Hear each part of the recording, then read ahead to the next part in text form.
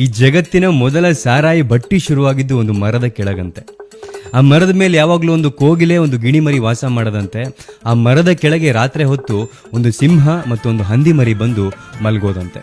ಒಂದು ದಿನ ಆ ಮರಕ್ಕೆ ಸಿಡಿಲು ಬಡಿಯತ್ತಂತೆ, ಅಲ್ಲಿದ್ದಂತಹ ಬಟ್ಟಿ ಸುಟ್ಟು ಹೋಗುತ್ತಂತೆ. ಅಲ್ಲಿ ಹೊತ್ಕೊಂಡಂತಹ ಬೆಂಕಿಗೆ ಅಲ್ಲಿದ್ದಂತಹ ಕೋಗಿಲೆ, ಗಿಣಿ, ಸಿಂಹ ಮತ್ತು ಹಂದಿ ಸತ್ತು ಹೋಗುತ್ತೆ. ಆದರೆ ಅವುಗಳ ಆತ್ಮ ಶಾಶ್ವತವಾಗಿ ಸಾರಾಯಿ ಒಳಗಡೆ ಪ್ರವೇಶ ಮಾಡುತ್ತಂತೆ. ಸೊ ಹಾಗಾಗಿ ಒಬ್ಬ ಮನುಷ್ಯ 2 ಪೆಗ್ ಸಾರಾಯಿ ತಗೊಂಡ ತಕ್ಷಣ ಅದರೊಳಗಡೆ ಇದ್ದಂತಹ ಕೋಗಿಲೆಯ ಆತ್ಮ ಆಕ್ಟಿವೇಟ್ ಆಗಿ ಮಧುರವಾಗಿರೋ ಮಾತುಗಳು ಬರುತ್ತಂತೆ, ಸಂಗೀತ ಬರುತ್ತಂತೆ. 3 ಪೆಗ್ ಹಾಕಿದ ತಕ್ಷಣ ಗಿಣಿಮರಿಯ ಆತ್ಮ ಆಕ್ಟಿವೇಟ್ ಆಗಿ ಒಂದೇ ಮಾತನ್ನ ವಟ ವಟ ವಟ ಅಂತ ಮಾತಾಡ್ತಾರಂತೆ.